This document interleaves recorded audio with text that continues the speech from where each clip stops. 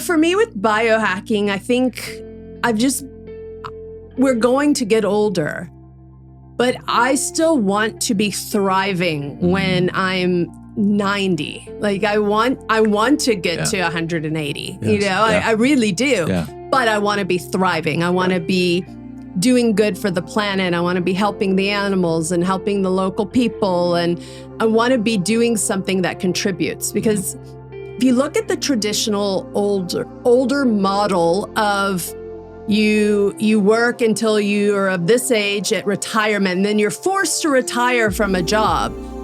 But if you're not feeble, like where you have to retire, like something has happened to you or you can't stand upright and you just like, okay, I need to retire.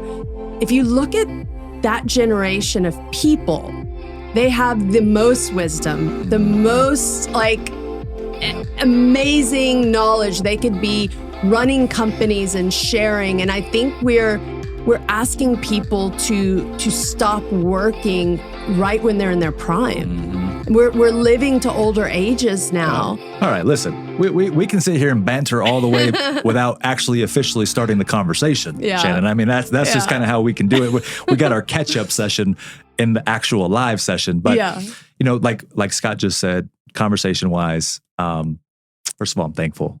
I just told him how I was thinking about you the other day as I was coming in here to do a different podcast. And I was like, I got to reach out to her because we've got to get that done. And that afternoon, I'm like, what is this? Shannon texts me. I was on the plane and you popped into my head and I'm like, Vegas. Yeah, I'm going to be there. Yeah. Well, I mean, it's always better to do it in person than trying to be at home and set up like what you look like. I find that so stressful. I'd rather just come in and you've got all the stuff here and then we have better rapport as well. 1,000%. I have all the chills right now. I always get goosebumps because I'm always like, man, she's speaking the language. And you're absolutely right.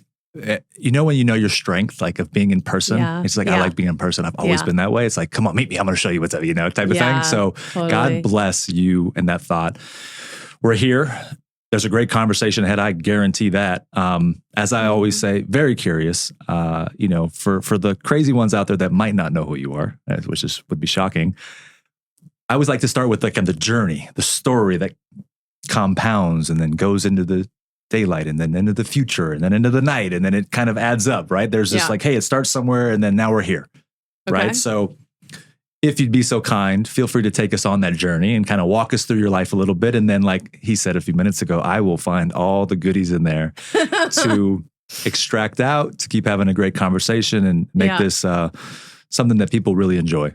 Well, how far back do I go? As far as you want. I was born in Houston, Texas at Memorial Hospital. I was born down the street in Las Vegas, right off the strip. Whatever you feel is necessary. How about that? Well, I guess in high school, I started showing interest in acting. Mm-hmm. And one day my dad is reading the newspaper and says that there is a local band doing a video in their hometown and they're casting for extras. So we're going way back. I'm in high school. Yeah. So I went down and auditioned to be an extra. And I got in as what they called a featured extra, which isn't really that featured because you just see me a couple times in it. But I became friends with the producer. The producer was from Propaganda Films. The director was an up-and-coming director who I'll tell you who it was in a second. And I literally had to put on my cheerleading uniform and go stand at the high school, which is exactly what I did in school. Like I was a cheerleader for a couple of years. Right. So that was easy, but I kind of followed the crew around and watched all the stuff that I wasn't in because I was interested in being on set and I was interested in acting and starting to learn. And I like to learn what everyone's job is. Why are they setting up the lights this way? Why must I stay here and not move? Like all the little things. So this was just the start of me figuring it all out and learning. And the producer came over to my house. He's like, let me talk to your parents. He felt that I should go out to New York, which is where he lived, and model. And I was like, well, I don't want to model, but I want to act. Yeah. And at the time, commercials were done by actors and models. So I thought, okay, there's a crossover. If I follow this path, I can do commercials, get to acting. And so he came over and talked to my parents. They're like, why is this guy coming over? What does he want? He wants money or something. And he just wanted to help. Rare. And yeah, it was really rare. And he just said, come out over Christmas holidays. It was my senior year. And he said, I'll just set you up with some photographers. I'll take you to a few agencies and we'll see. And so we did that. My parents were actually quite impressed because he was just offering to help.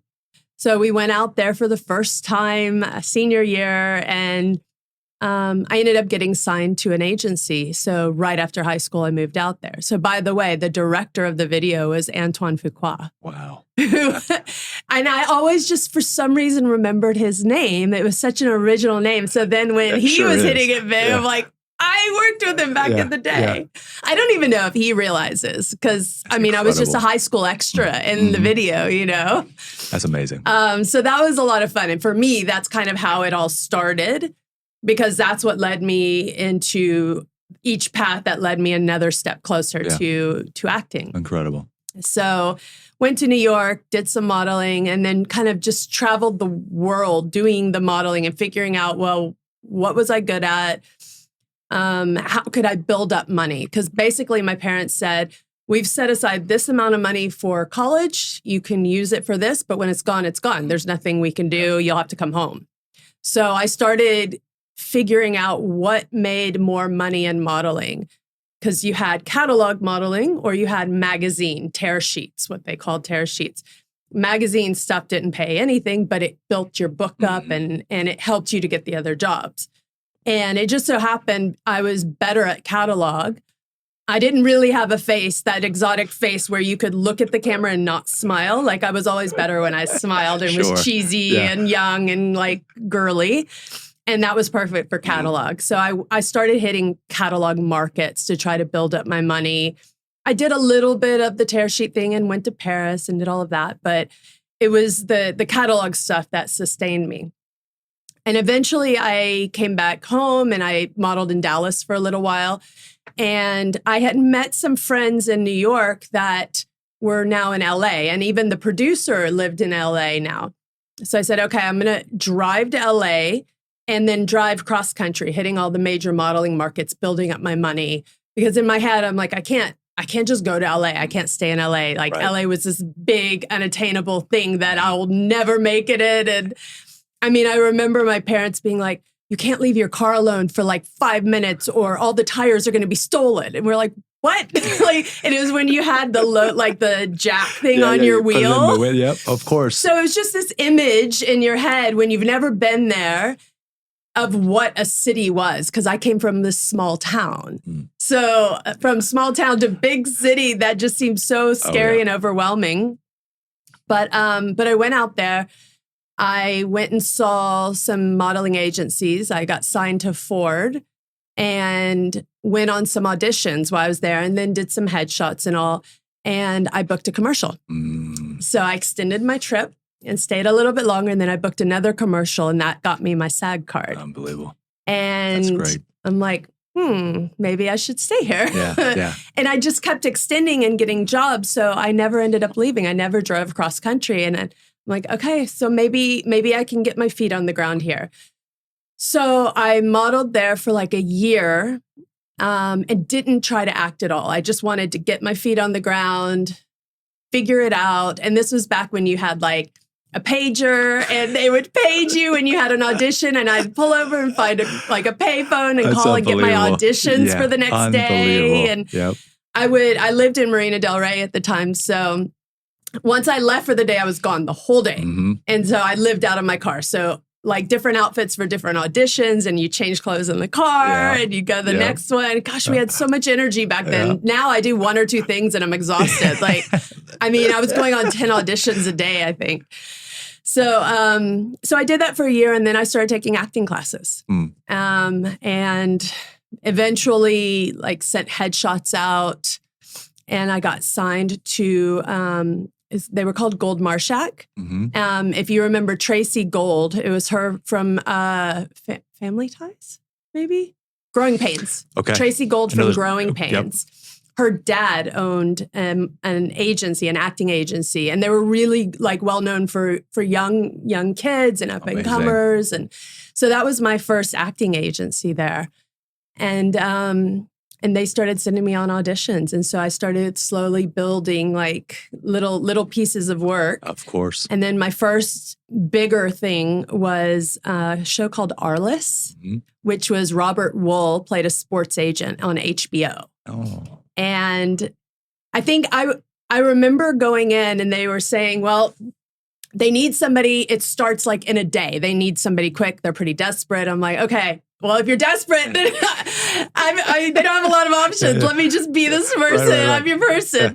So they were like, okay, they need someone who could wear a bathing suit, who could like swim, who could play tennis. And I grew up pplaying competitive tennis, like when I was in school. Yeah. And then they said somebody who could do an accent. And it was supposed to be like a Russian type of accent. So I decided in my bravery at the time, nobody knew me, so I could be anybody I wanted. So I went in there speaking with an accent from the minute they met me and just said, no, this is my accent. This is how my parents, they talk at home like this. And I just went into this whole accent. And so then they weren't listening at the accent going, oh, it's not very good. They're like, oh, this is how she talks at home. So check, let's see how her acting is. Wow. So it kind of like took a layer off.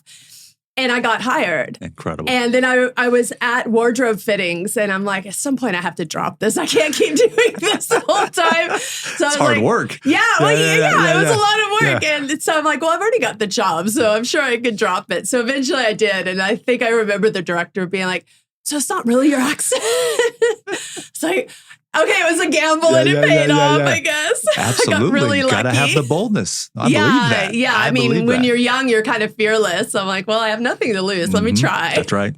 That's right. So that became my reel. Like, I didn't even take pieces of it and like, you for a reel, you take a piece of this and a piece of that. I didn't have enough other things. So I was just like, that's my reel, that whole episode, because I was in it quite a bit. And then I got together with Joe, who was my love that guy, future ex-husband. And we were in an acting class together, and we were working on like acting and projects and stuff. And where was I going with that? Taking us on the journey. Yeah. You're just taking us on the journey. Yeah. He had a friend from college that had become a manager. And it was like a roommate or a close friend of his. He goes, well, let me see. Maybe he'll see you. You can go in and just chat with him and maybe get some advice or something. And he was with a company at the time that was handling Charlie Sheen and a bunch of other pretty good names. So I went in there, met with him kind of briefly. He was very dismissive. He was like, you can leave your reel there. And that was it. And I left. And then I didn't hear anything for a couple weeks. And then he calls and he was like, I just watched your reel. Will you come back in? I'm like, yeah, sure. Yeah. So came back in, started chatting with him. And he was like, well, this is how much I take percentage across of anything you do. And I was like, well, I've been modeling for like 5 years now. Like, I'm not looking for a manager for that. He goes, well, this is how it works, because if I'm building you in one, it helps the other. So this is what I do. And I was like, all right, cool. Well, thank you very much. It was nice meeting you. Because I wasn't going to do that. Right. That was my bread and butter. I'm like, so I got up to leave. And he stopped me at the door and said, okay, we'll negotiate. Come sit. And so it ended up just being like the acting part of it. I kept my modeling separate so that I could live on that. Yep. And that was kind of my start. Fantastic. And then it was just a lot of auditions and doing a lot of like Saturday morning kids shows. I don't know if you remember a guy named Peter Engel did like Saved by the Bell, I think, and a bunch of obviously. Watch it as a kid every day. Yeah, I think he did Saved by the Bell, but there were a lot of other ones. And he was very well known for like Saturday morning young people. And so I got lucky and just did a bunch of guest stars on those. And those were so much fun to do. And you just learn a lot from being on set and watching some of these directors. Right. One of the shows I did, I forgot his name. The guy, remember Potsy from Happy Days?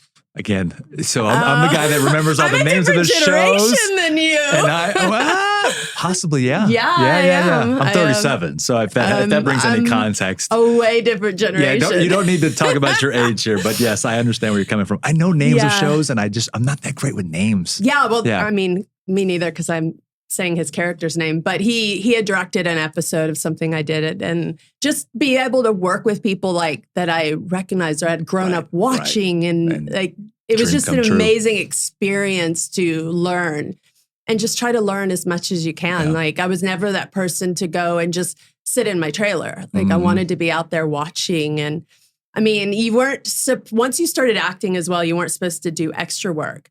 But because I was trying to get a feel for sets, I secretly did a little bit of extra work. And I never told anybody because I'm like, well, they would have to happen to see that episode of me in the background, you know.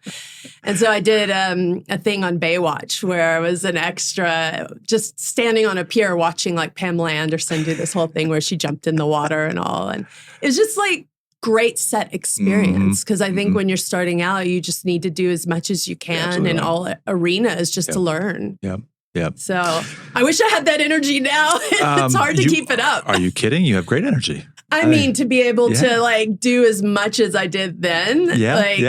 Now it's like, oh, I got a coffee and I've done one thing and I'm exhausted. Yeah. You know? I would be willing to bet that you have energy for certain things differently now. Yes. It's probably just how it's adjusted, right? It used to be that thing back then. Now it's like you get lively around this new thing or other things that bring you to life, right? So it's just really directing the energy a little bit differently. Yeah. You said a few things there, obviously, that this is where I go with this. I'm going to table the learning part, because I'm fascinated by your mentality and your word of learning against what the public might see of you. It's a fascinating concept there that I want to go back to. But I'm curious about, what was it that inspired you as a young lady, young girl, before that made you want to start going into I want to be an actress, I want to be a model? Or was it by happenstance? Because I remember when I was a kid, I'd watch baseball, and baseball inspired me. And I was like, man, I want to be that guy that hits the home run and goes and trots the bases and is the hero, because I was doing that as a kid. I was watching it. Yeah. Same thing with hero movies. I was always watching them. So I know that inspired me. Was there a thing in your life that you would go back to and you say, it was this? Like I would watch TV all day, every day, and I watched the actress and she was like, I want to, what was that for you? It's not going to be the thing you think it is, I don't think. It wasn't watching something. And I don't know why. I don't know why acting per se. But I remember as a kid being very aware of our mortality. Wow. And that this isn't forever. That's powerful. And leaving a legacy on the planet once you go. Wow. And for whatever reason, I felt like if I do acting projects, that the projects could live forever. Wow. So even when I'm gone, these films or TV shows would still be around. That was literally what drove me as a little girl. Because I remember we'd go visit my grandparents in Houston. I was living in Waco. And every time I said goodbye to them, I was afraid it was the last time I was going to see them. And I don't know where it came from. Like, I do believe in reincarnation. Sure. So maybe it was something from a past life that was driving that. I don't know, but a gift. Yeah, I probably had a gift. Some people have gifts like that just was in you. Right. So there was just something there that said I need to figure out leaving a legacy. Now, obviously, as time's gone on, that legacy and what I want that legacy to be has shifted quite a bit. Of course. It's not just the acting. Like, I'm so proud of what I've done and that it's out there and that I was able to accomplish what I did. But now leaving a legacy isn't just about leaving something like that. It's impacting the planet in a positive way and helping others. Yep. So the legacy that I'm, working on now is about something so much bigger, I think, than that. But what I do believe is that I thought the legacy was the acting, but I think the acting was giving me the platform to work on the legacy I'm working on now. Oh, man, that gave me the chills all up and down my spine. I'm probably growing some extra hairs over here from what you just said, bone chilling. And I say that because I understand. I was in a car wreck when I was 5.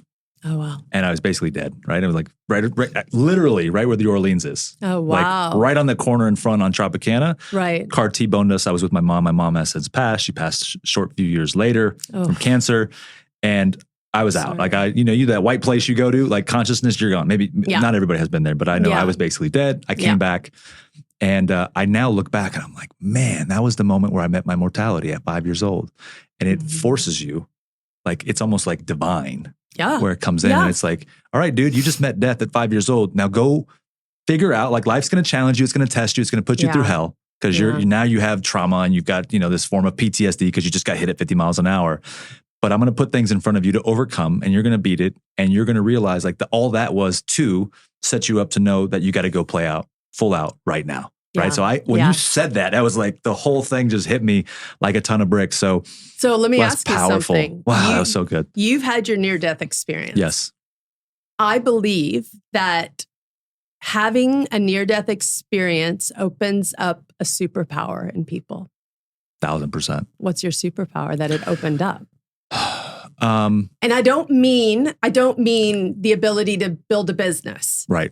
I mean, like, spiritually speaking, like if you've heard stories of people on opposite sides of the world drawing images of or painting images of Jesus, little kids, and it's not the traditional kind, but they look exactly the same. There's and when you get into their history, you're like, okay, they had a near-death experience. So a superpower is opened up in them, or they're able to communicate with animals or with people that have crossed over, or like there's a real superpower there. Sort of like you just, and I would love to ponder on this some more, but I'm going to really pull the very best answer that I have right now. Sort of like you said, it's probably not the answer that you're thinking of, but people and I, a stranger, right? And again, if there's a superpower that I think about when people ask me like, what is it? I can go into any room, anywhere, and instantly people will trust me. Really? Instantly. Okay. So it's an energetic thing. It is. Okay. Totally. Now, I might be on my own ego there and saying that from a place of like, some people might be like, yeah, right, I never felt that way with you. And I'm a schmuck for saying that. Right. But I mean it where in my entire life, I've always had this gravitational effect with people where it was always like, I don't know, we just like each other. We're just like, I just believe, I trust you. It's all good. And I think that has allowed me along the journey of life to understand that was part of what transpired. Yeah. Now, out of that accident, there was also that urgency, I believe, that came out of it to figure it out fast and like do something magnificent, right? And never quit on that because you're still here for a reason. My mom passed away when she was 32 from cancer, right? So she didn't get a second chance. Yeah. I got second chances. I survived drinking every night, partying in Vegas every night, getting high, drunk, blacking out, driving home hundreds of times. Like, so there's your a reason. Angels were working hard. 1,000%. Very much so. So I believe that, and again, maybe I'll have to come back and we can talk about it along further if I had an even more deep answer than that. But that has been my superpower, which has just been able to connect with anybody and like instantly build a bond and relationship. And it just comes naturally. So interesting. Does that answer your question? Now that you've hijacked my show. Yeah. I'm just kidding, by the way. I'm just kidding, by the way. I'm totally kidding. Was that good enough? Was that a good answer? I mean, if that's your answer, that's your answer. And there may be a deeper explanation as to why, it may be, I don't know. I mean, do you meditate? I do. And do you feel like you can affect your energy? Do you feel like Yeah. Okay. So let's expand on that. So we were on the East Coast a few days ago. Last week, we just got back last week. We were on the Jersey, Philly. And when we were in Philly, we were walking through all of the, obviously the sentimental places with all the rich U.S. history and, you've got all the former presidents. Like that's a very downtown area that's got a lot of U.S. history. And my fiance was talking about. Congratulations. Thank you. Awesome. Yeah, fiance, baby now. It's like, what? Wow. Life is crazy. Yeah. that's a whole different story. Yeah. But we were talking about this, this like energetic thing that my fiance was like, the ability for people to see spirits and talk with, unknown forces and things like that. And my dad brought something up and he was like, Manny's always had this gift to like see things before they happen. And I was like, and he reminded me, because I wasn't thinking of it consciously, but I was like, you know what? I have been able to have this like go out into the future and see things. And like, then it crystallized for me. And I was like, that might be something more aligned with what you're talking about there, because both we were talking about it as a family, and then my fiance was just talking about it in general. Then my dad referenced it as me, and I was like, actually, Dad, that is right, because I've realized that as I live my life, right? So, is it you're seeing something that's going to happen to you or to other people or both? Combination, combination, yeah. So what's going to happen to me after this? Doesn't work that way. I don't think it's like a conscious thing. It's funny when I'm consciously thinking about something, it doesn't happen as easily. But like our wavelength connected, because you thought about me and I texted you at the same time. Are you kidding me? Yeah. Like, so there was something there. 1,000%. Yeah. Like that's I don't even like to say that word because I'm saying it that doesn't exist, but bad choice of words, Manny. That's awesome, because that's what that reflects, right? It's that whole element of people like foo-foo this stuff out. They're like, oh, that's not real. That's impossible. Yeah. But no, like energy is always connecting and finding a place. Like. That's right. Exactly. It's science. Yeah, exactly. I mean, when I was playing poker, I was asked to write a chapter in this book. And it was a poker book, and it was all women, and most of them are doing game theory and how to play different games. And I was like, what do I write? I can't write about any of that. That's just I'm not qualified. But I was always very, very spiritual. Mm-hmm. So I wrote about, being able to attract good things and be in a good headspace and good energy when you go to play, because that will affect everything that comes to you that day. Yep. So I'm better at preaching it than doing it sometimes, which is what I need to like work on. It's okay. No, but you know what? It's in you. It's everything to get better at as a craft is practice, right? It's like you have to work on stuff. Like, so it just becomes, what are you working on? We're going to also hold that, because that's a beautiful place to go in where we're at. There was something else there that you brought up. So a lot of things. One, I know you are a woman of many talents, poker. Obviously, the animals piece is going to be huge for us. And then that thought, spirituality. We got 5 hours today? You got enough time? Yeah, I'm just kidding. I actually have a photo shoot with my fiance and my kid. You have a photo shoot. Oh, I see. I have to be somewhere, right? What time? What time? It starts at 5. It starts at 5. Plenty of time. Yeah. You mentioned something when you were finding your way through the modeling world, which I do not want to let escape us, because a lot of people, I believe, are in that life journey right now where they're trying to find their way.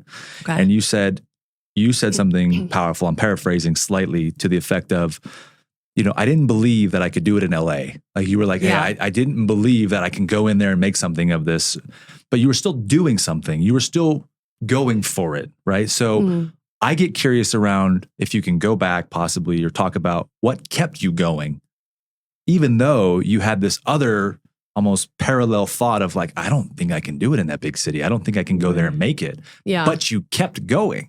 Well, you kept going for it, that's the part. My agency in Dallas said, let us set you up to go meet some agencies out there.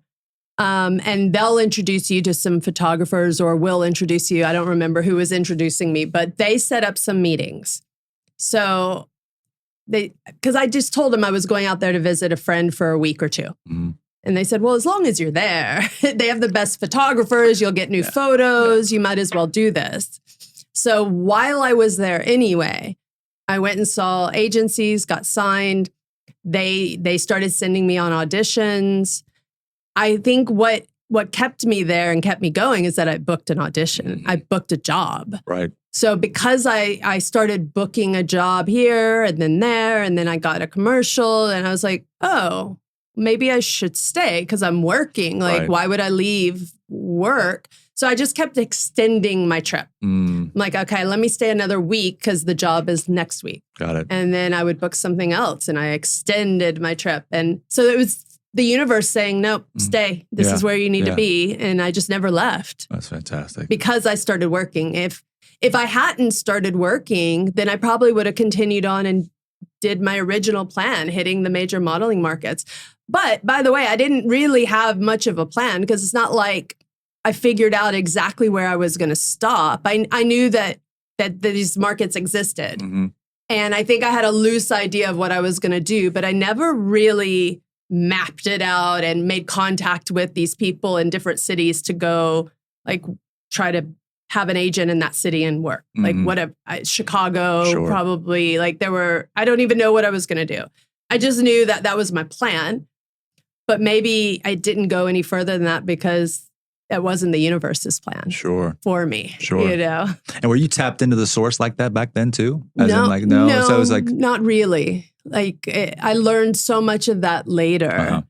Uh-huh. So I was probably tapped in, but I didn't know it. That's right. You know? Yeah. You didn't understand it. I didn't understand it the same. And I hadn't started exploring it. And I mean, I think one of the things that I've been told that is my purpose now is to help put other people on their spiritual path. Interesting. So, and it's something when somebody told me this, and I started looking back at people in my life that were kind of like, well, I've always been kind of curious about this spiritual thing or that spirituality, but I don't know. And then they started hanging around me, and then they got very into it, very into meditating, very into whatever it was. Yep.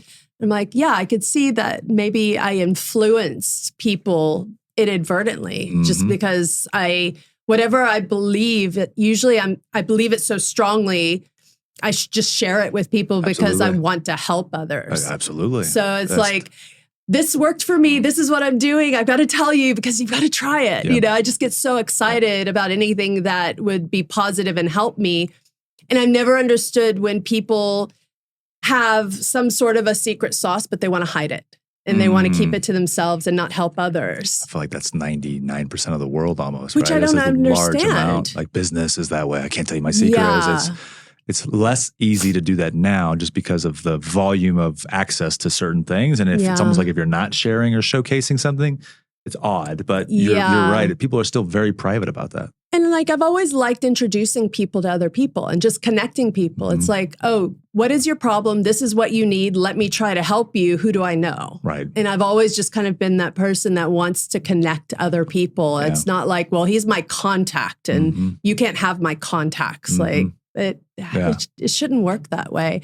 And I really feel like if you're abundant and you're authentic, then it comes back to you naturally. Like, what are you trying to hold on to and what are you trying to protect? That's almost like the ultimate liberation is not having to hold on to anything. Imagine you could just express yourself fully, freely all the time. Yeah. Like life would be really good. Well, what's funny is like that manager that I was with him for a very long time until he actually quit the business. I remember him saying early on when I started doing press for the first time, he's like, you know, that spiritual side you have, and, you know, you like to use incense and sage and this whole thing. He's like, let's not talk about that in interviews. Wow. Because back then it was still pretty new and taboo and people weren't really connecting to it. It was kind of like, you're a witch, you're weird, you know? Right. Like, he's like, I don't think that's going to help you in interviews, so let's not talk about it. Yeah. But now, I mean, look, it's such a different day and age now, and everybody's trying to find their own zen and tap into whatever makes them happy and keeps them calm. And, you know, like I remember at one point I just was like, I'm going to do it anyway. And I was just doing it to be funny. But like I was playing in a poker tournament on TV and I took sage and I like on camera was like saging everything to clear the energy around. I love that. I'm like, but this is really me. This is what I'm going to do at home anyway. So I'm just going to do it now. I'm not hiding it anymore. One thing I get from you is you're bold. Like you didn't have a problem taking chances along the way, right? You're like, you stand up to the guy, you take the sage, you do that, you're going for your dream. Like that requires a level of, I'm stepping up to the plate here. Like if I'm not going to do it, then who is?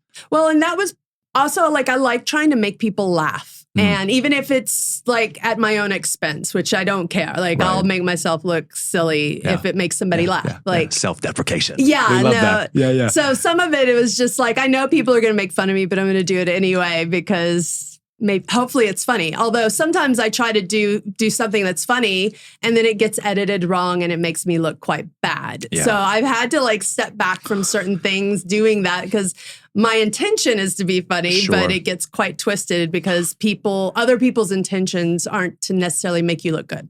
What do you say to those people? right now, I'm so enjoying this conversation. You're giving me so much, and like I'm earmarking and putting bookmarks where all these things that you're saying, so I can reference them and pull them back to the conversation. But that's a very real problem right now, right? Like people, like you go out, you try to be yourself. There's a bunch of haters out there that are trolling and just want to cause problems because that's who they are. That's what they do. Yeah. How have you navigated that, or what would you say, just in a maybe more even at them direct or just in general, because that's a very real place that people struggle because they worry about, and it's hard because it's like you don't want to hold yourself back, like we were just talking about, liberating yourself and expressing yourself, but now you're worried that somebody else is going to pull something, clip it, lie about it, send it out the wrong way, and position you this way, and then now the model of how they see you is that you're bad, and it's like, damn, I'm just trying to be myself. Yeah. Right. So how would you kind of talk about that? You know, it's tough because in the beginning, for me, it's just like, don't read everything that's written about you. Don't look at it. Don't read all the comments. And I still don't like social media. I was very into it for a while, and then I pulled back mainly because I saw so many other people, like people that I would be with sitting somewhere on their phone the whole time. I'm like, but I'm here. Stop being on your phone. Yeah. And so then it naturally made me not want to be on my phone.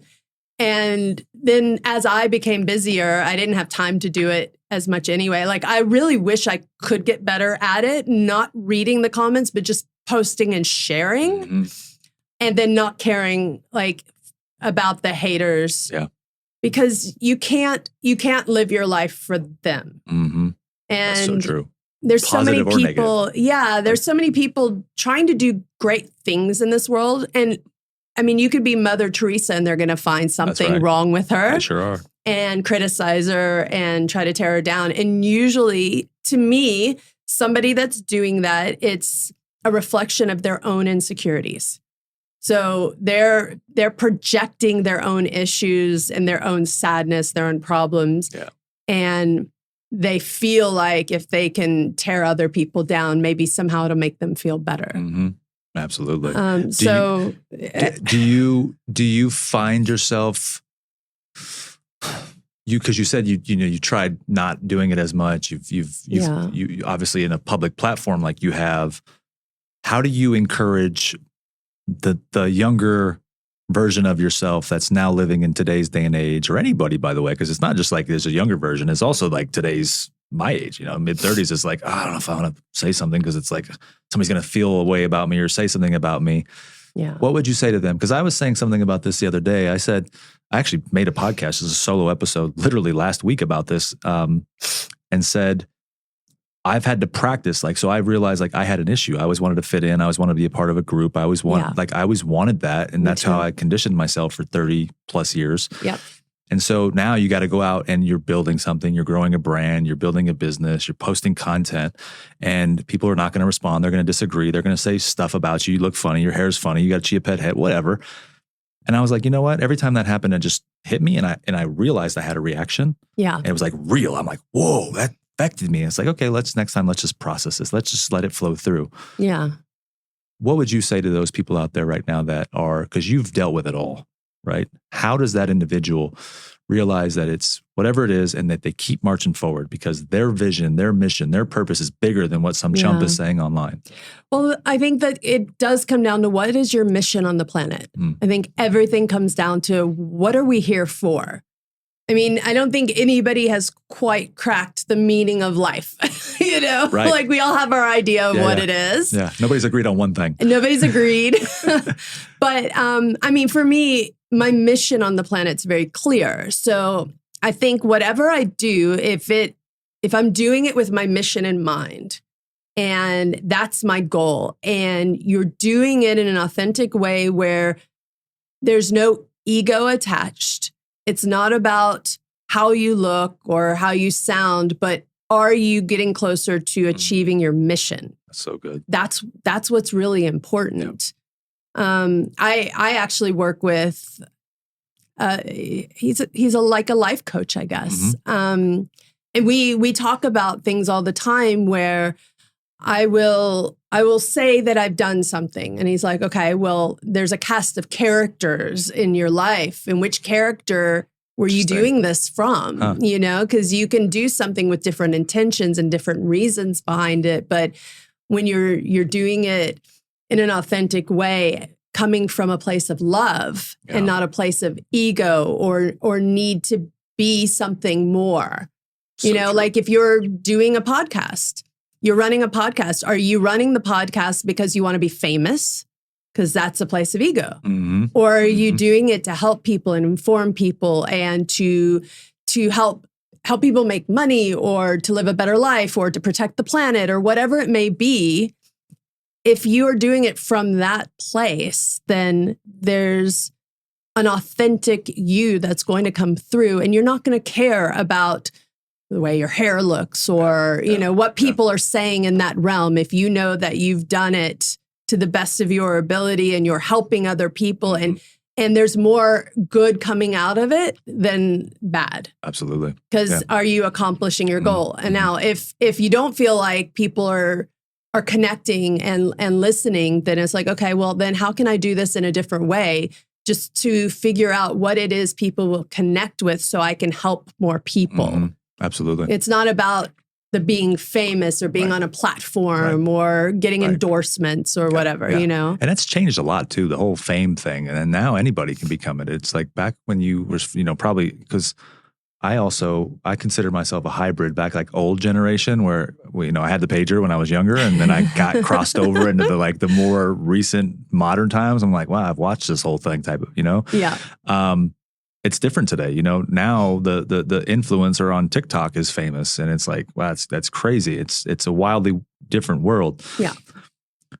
I have a fascinating interest in understanding. We're going to go deeper with Shannon here on the part that, again, because I always try to go to the places where people need help, where I've been through, where I struggled, where I've, you know, really tried to work on things. And you became famous. And then from that, you had a choice, right? Do I continue to lead with my ego, right? Because now you have it. Now it's like, and you're younger. And people are in their own life and they might not even have a level of fame, but they still have an ego and they think they're better than, and that they're cooler than this person. And they're in high school still, or they're in college and they've walked around and they're the pretty girl from the nice neighborhood and they got attitude and they, you know, they throw what I don't know how to do that properly, but y'all don't judge me on that. That was my acting process. And that we need to encourage them or teach them how to properly apply what really is important in life. And so for you, maybe talk about how you, if you could go back there, you got it. And maybe you are honest with me right now. And you say, well, you know what? I had an ego for the first couple of years and I did think I was hot shit. And, or it wasn't like that. I was still who I was and I was still trying to figure it out. I would love to open that up just to give people some context, you know, younger people or just people in general, to remind themselves that you're not hot shit. Like internally, you should believe that, yes, but don't be a nincompoop. Out to the real world, right? And have respect and lead with character. And you can have confidence and not be a narcissist. Totally. You know? Totally. Like, Absolutely. There is a middle ground. No, you know, back in the day when I was like starting to get jobs more regularly and press more regularly, there was some really bad advice given to me, which was, you need to start acting like a star. You need to start acting like this is who you are and you deserve this. And I mean, if you think further back in the day, our image of like a movie star would just act entitled and boss people around, or just exactly as you're saying. Right. And I don't think that advice did me any favors for a long time. And there were times where I stood up for myself on set because a producer was trying to get me to do something I didn't want to do. Right. And then I got labeled a bitch for it. Wow. As an actress in Hollywood, just trying to protect herself. And that's where I started to learn, okay, one, I can't act like I'm bigger and better than I am because I'm just an actress. Mm-hmm. And that advice is not good advice. And then also, I have a team of people that can stand up for me in these situations, and I need to let them do it. But I went to a high school where I was bullied, and I had to stand up for myself quite a bit. Wow. And makes sense. And I remember I got quite a hard exterior because of high school. There was the popular crowd that I was always wanting to fit into and trying really hard to fit into. There were all the different things you could join, groups you could join, clubs and stuff. Yeah. Just trying to fit in, trying to figure out where I fit in. Yeah. So it's like I did a little of everything, just trying to fit in. And what it ended up doing, it's like I had a few friends everywhere, but I never had a core group of friends I could always go back to and rely on. Mm-hmm. And so I had this very tough exterior to where nothing ever hurt me. So if somebody said something to me, it didn't bother me, and it could start to come across very bitchy. Mm. And when I started modeling, actually, I was very shy. And I remember being in one of the modeling houses where we would all live kind of together for a while when you go to a new city. And I was shy. So I didn't talk to everybody at first. I kind of just sat in my corner on the bed and just did my thing. And over time, as I became more comfortable, I started going out with people and hanging out. And I remember one of the girls going, "God, we thought you were such a bitch in the beginning, but you're really cool." And I was like, "But I was just shy." Yeah. And I started having to learn to not be shy and to come out of my shell in a different way, and to make sure that I wasn't being seen as bitchy or misinterpreted the shyness as bitchy. Like there were all these different layers of things that affected me that nobody knew about. Mm-hmm. But as I look back on my life now, I can see all the different ways that I had to shift and change and get to where I am now. Right. And what's tough is sometimes some of that did happen on camera. And there are times where things have been captured and misconstrued and doesn't make me look good. Mm-hmm. But I know that's not who I am. Right. And I can't dwell on it. Right. I have to keep going. I have to move forward. I have to focus on my mission for being here. Mm-hmm. And if that includes still acting and keeping up my platform, great. I mean, what I wanted to say about influencers now, people that are getting really big and famous on TikTok and things like that, is hopefully they realize that it's all happening for a bigger picture. Mm. So now that they have this platform, what do you do with that platform, and how do you affect the world in a positive way? Yep. I truly believe that that's just the start of something so much bigger. Yeah. So hopefully that every person that's blessed with something like that, mm-hmm. any kind of success, whether it's, fame or money or whatever, you're being given that by the universe for something more. That's not the end game. Yep. That's just the start. Yeah. Oh, that's a good line right there. Oh, that's real good. That one hit me like a ton of bricks. There's a lot to unpack in that thought. Is you said don't dwell on it, as far as, you have a bigger mission, and that's where you come from. Mm. Is there more to that helps someone not focus on it when they're in it?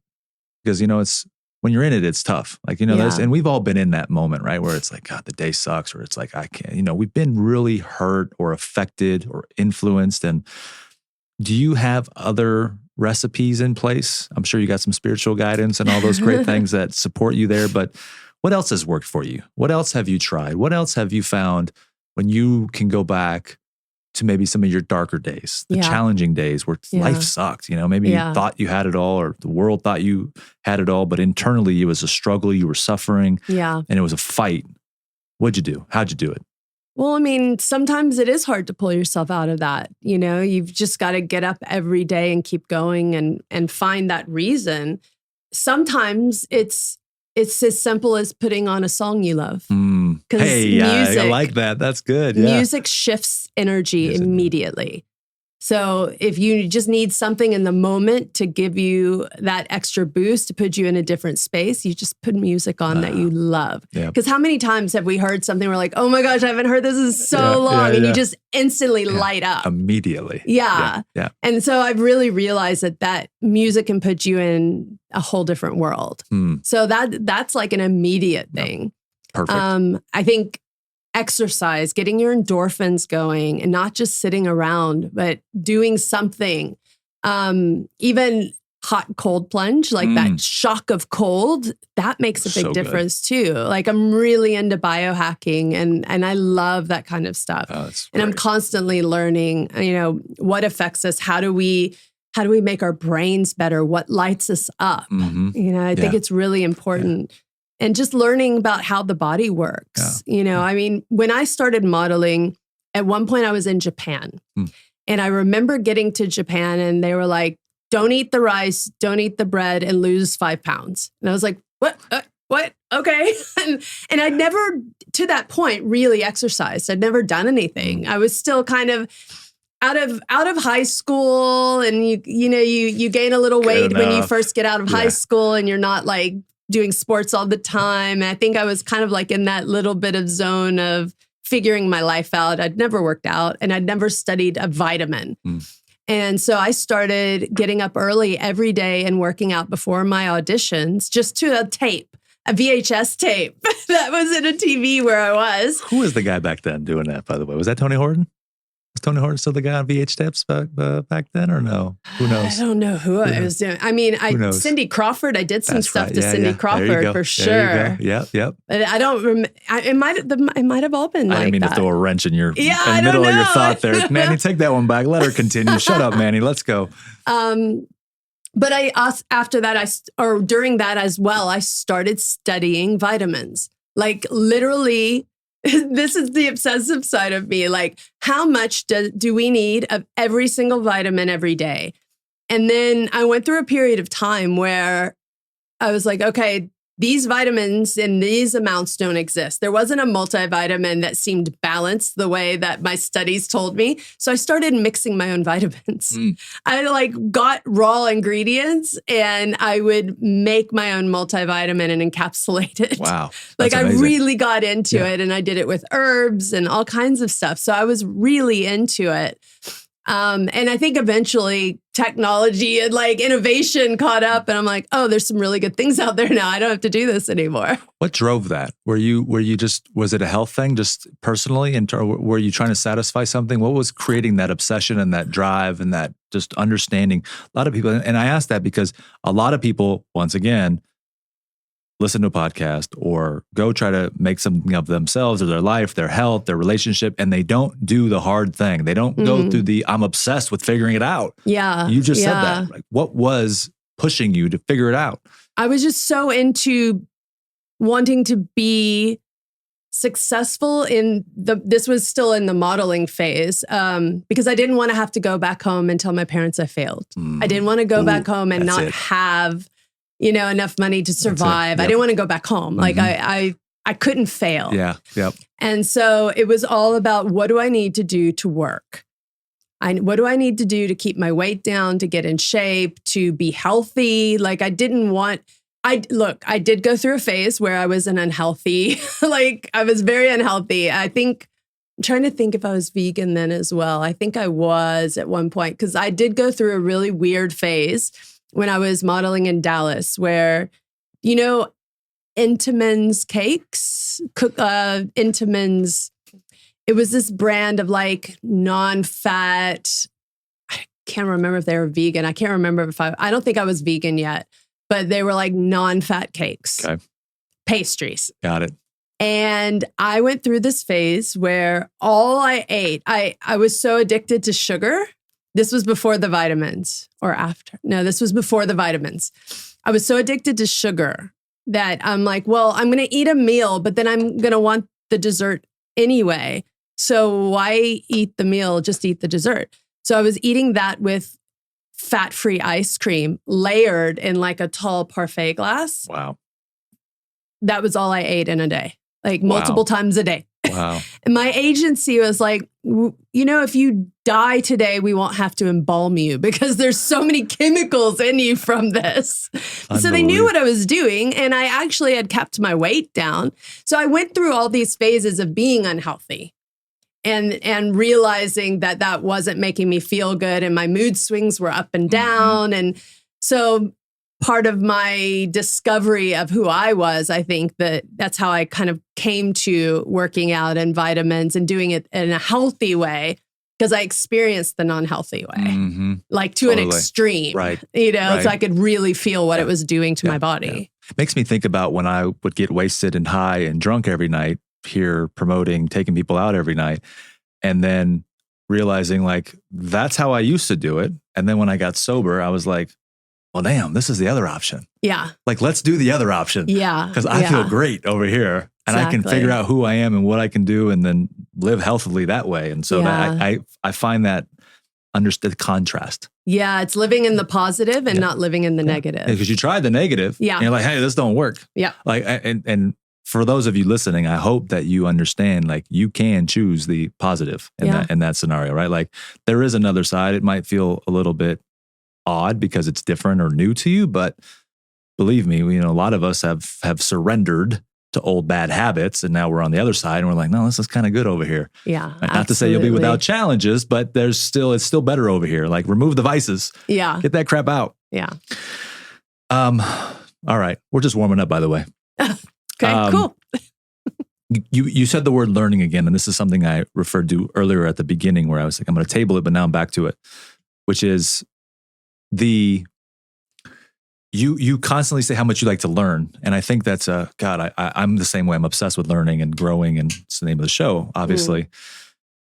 The perception, pretty woman, successful woman, right? Along the lines, like, you have these, I guess you get put into boxes. Yeah. Right? Like, oh, she's pretty, she can't be smart. Yeah. Or, she's blonde, she's got to be dumb. Yeah. Type of thing. Yeah. And it's evident that you had this thirst to keep learning along the way. Even kind of when you were telling the story earlier, you talked a lot about when you got LA, it was acting class, learning this, doing this, trying that out. Can you, let me see if I can ask this question properly.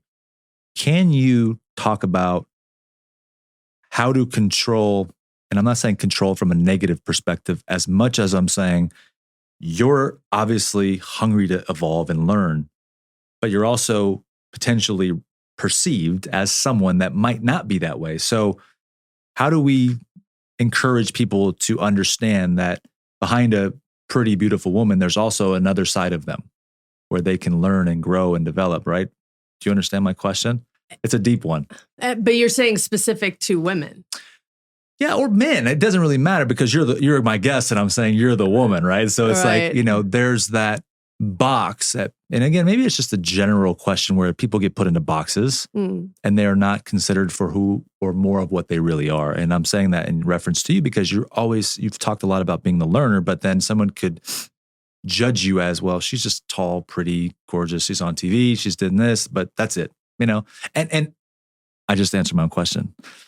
You had that perception from what you got into movie-wise, right? So obviously with American Pie, that was probably the perspective, but behind you're this badass, awesome, want to grow, want to learn, get better. Let's talk about that because that's where I think maybe someone can learn from, like, how they see you is not who you really are type of thing. Yeah. That makes sense? It would probably be easier today to showcase who you are behind the scenes than it was then. So true. It's so much easier now, like with social media, you can showcase from the morning you wake up to when you go to sleep if you want to. You can even like have a camera on you when you're sleeping. Like, this is who I am. You can't hide it all the time, so it's easier. You hear the snores in the background, you're like, golly, that person. Yeah. But they're honest, they're authentic, they're showing me what they really do when they sleep. Holy cow. But, I think that it depends if who you are besides that is something that you want to showcase because, like, for a good reason. Am I trying to tell you I've got another side of me and I'm smart because my ego needs that? Or am I trying to go a different direction? Right. And I just want to prove that I can do like different types of roles. You know, I think that we care too much about what other people think of us generally. Yes. You know, like, so I don't know. I don't feel the need to constantly prove myself anymore. I think I did when it came to acting and roles. I did because I kept getting offered the same kind of role all the time. And I was kind of dumbfounded because I'm like, I'm not even just playing myself. Like, this isn't even who I am. I never thought I was pretty. So I never put myself in a box, like you say, the pretty girl, or playing a role that might be not even have a name in the script. It's the pretty girl. Like, but then there was the girl next door. I'm like, but I want to play that girl. Like that's much more fun of a role. And that's more like who I am. I was always a tomboy. Yeah. I was playing Army in the backyard with all the boys in the neighborhood. I didn't have one female friend. Like I was friends with the boys. I was playing football with them. So I never understood why I wasn't really getting those roles. And so my thirst for acting, I was wanting to change that perception because I wanted to get the different roles. That's so good. So good. But now I don't, you know, like I'm good. I just signed up for a degree course through Cornell for plant medicine because I'm fascinated with plant medicines. I like indigenous wisdom. Like where I am in South Africa, there's a lot of local knowledge, local tribes that have been on this land for so many years, and they know every plant and what it does. And I remember being in Panama and I was with a tribe down there, and the medicine man was walking me around, showing me every plant and telling me exactly what things did for them. And he was like 70s, 80s. He had a full head of black hair. And I'm just like, because he's not exposed to all the things that we are. He's living off the land. Yep. He's living in nature. There's so much of what happens to us that's a reflection of our surroundings. Yep. And the smog and the stress and all of these things that we bring into our lives. But I'm fascinated about taking all that away. And if you were just living off the land in a peaceful environment, where all you had to worry about was like a snake bite or a lion attacking you or something, how that affects who you are as a person. So I've always, going back to making my own vitamins, I've always been fascinated with herbal plant remedies. Interesting. So, ashwagandha, things like this that are adaptogens, and they adapt to what you need. And I mean, you should see the amount of supplements in my house. Like I'm constantly trying different supplements and different combinations and looking for new herbs that maybe most of the world doesn't even know about. And you said, earlier you said biohacking. Is that because you want to you have a personal vendetta with yourself to live as pure as you possibly can? Is that because you want to be as healthy and live forever? Like, Manny, don't use the word forever. Live until you're 130 or 50. Yeah. Is it just that level of curiousness that you have to explore how to make things come together and mix them? There's got to be something that comes from, right? Like what's motivating you to want to constantly explore that? And I think even with your activism around animal rights, it's like that, that's nature. Right. It's like I keep finding these parallels between you and nature almost, right? Like then the humans come in and they fuck it all up, and it's like, all this crazy stuff going on. Yeah. I funny enough, I actually thought a lot about this recently. I'm like, man, what if I just stripped out all the extra stuff I think that I need that I don't really need, and I just had water every day and I ate greens every day and I just pured myself? I'd be like, man, life would be really good, right? But like to go through that, to actually make it happen is obviously a very tall, daunting order. But for you, going back, what is that? Is it like, your mission, your quest? I know that's what you said it is, like to really do what you do, but all the little stuff you do in between connected to this element of nature and just like what pure means, something's in there that makes you. There's different ways to answer this. I think going back to reincarnation, I think in a past life, and I've been told in a past life, I was some sort of what we would call a witch now. So I think maybe I was a medicine woman or a medicine man. I could have been a man.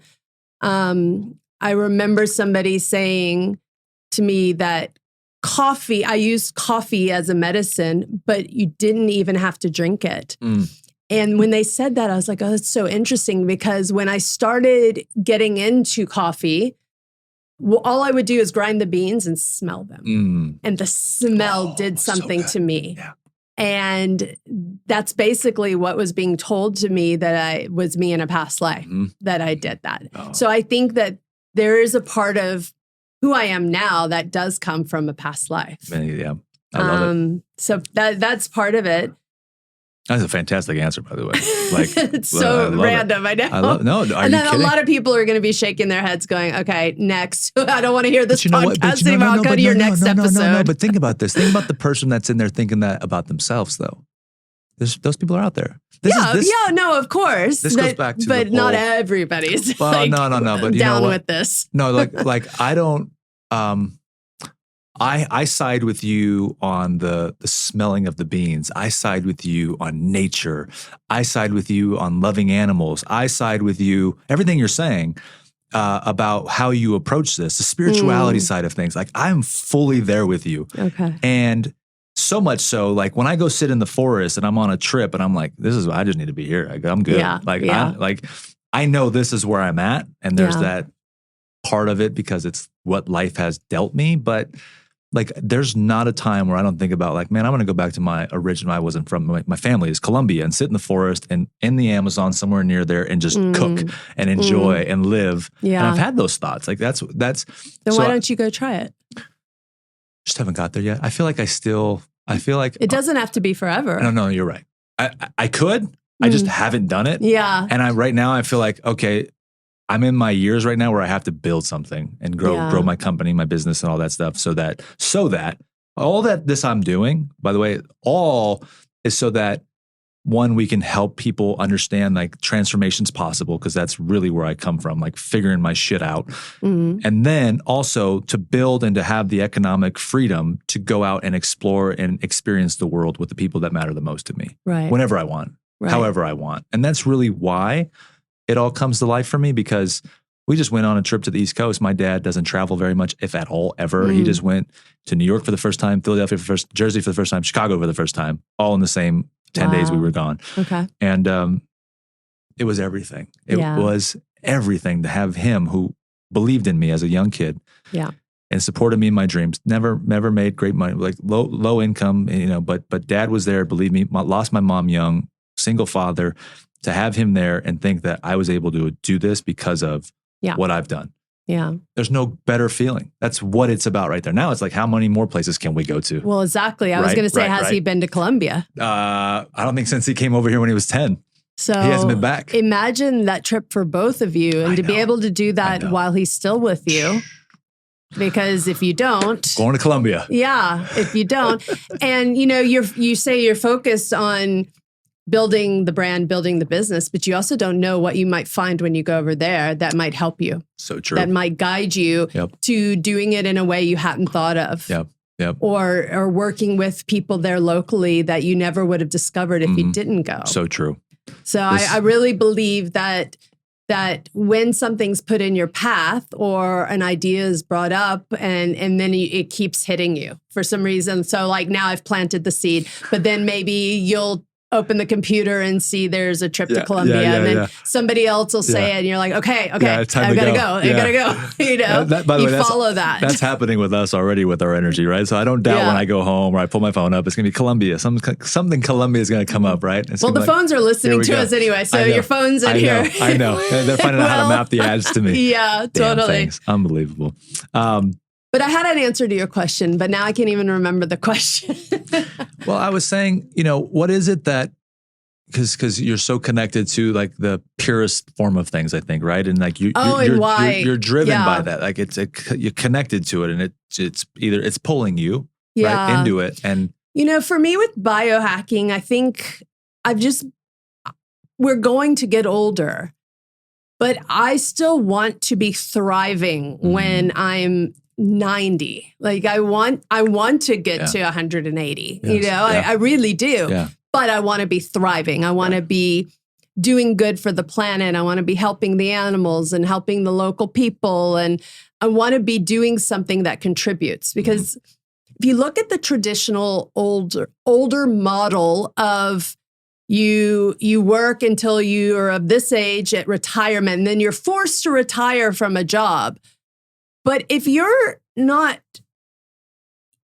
feeble, like where you have to retire, like something has happened to you or you can't stand upright and you just like, okay, I need to retire. If you look at that generation of people, they have the most wisdom, the most amazing knowledge. They could be running companies and sharing. And I think we're asking people to stop working right when they're in their prime. We're living to older ages now.